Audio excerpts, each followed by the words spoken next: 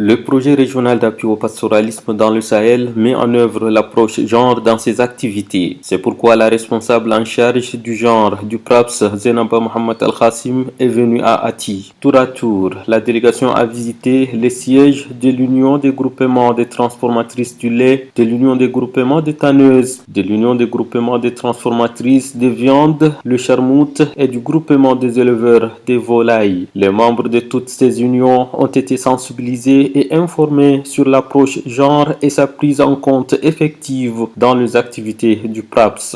Les femmes ont saisi l'occasion pour exposer toutes leurs préoccupations en termes de moyens de travail, de terrain pour installer leurs ateliers et surtout en matière de formation pour le renforcement des capacités. Après Ati, la mission s'est rendue à Kunjuru. Dans cette sous-préfecture, les groupements de tanneuses, ceux des transformatrices de viande et aussi les femmes spécialisées en jardinage ont été visités et encouragés. Leurs problèmes sont enregistrés pour un éventuel soutien. La responsable du genre du PRAPS, Zenaba Mohamed Al-Khassim, les a rassurés d'un appui conséquent en vue d'impulser leurs activités génératrices de revenus. Pour elle, ce sont 400 000 pasteurs et agropasteurs, dont 30% de femmes qui sont les bénéficiaires directs du projet. Pour sa part, le chef d'antenne du PRAPS pour les régions du Bata et du Guéra, Ahmad Kabarou Abdrahman, a encouragé les femmes des différents groupements à se regrouper dans des unions pour être bien encadrées.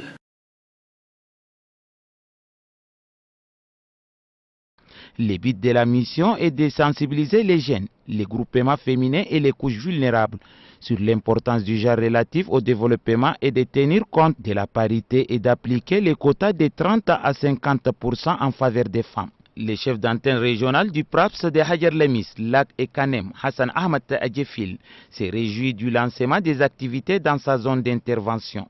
Selon lui, les impacts attendus s'inscrivent pleinement dans la politique du gouvernement en faveur du monde rural. À cette occasion, la chef de mission PRAPS Tchad, Zenaba Mohamed Al-Khassim, a justifié les choix de Massakori tout en soutenant l'importance de cette mission. Les plans d'action genre pour les PRAPS Tchad, adopté au niveau national en août 2017, CV est un outil indispensable pour créer les conditions d'une participation effective des parties prenantes afin que s'inscrivent dans la durée du projet les retombées positives sur les bénéficiaires, dont 30% des femmes.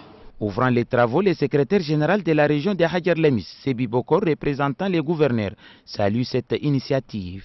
Au regard du rôle que jouent les femmes et les jeunes dans le développement socio-économique du pays, il leur est demandé de suivre attentivement les orientations pour mieux élaborer des projets fiables.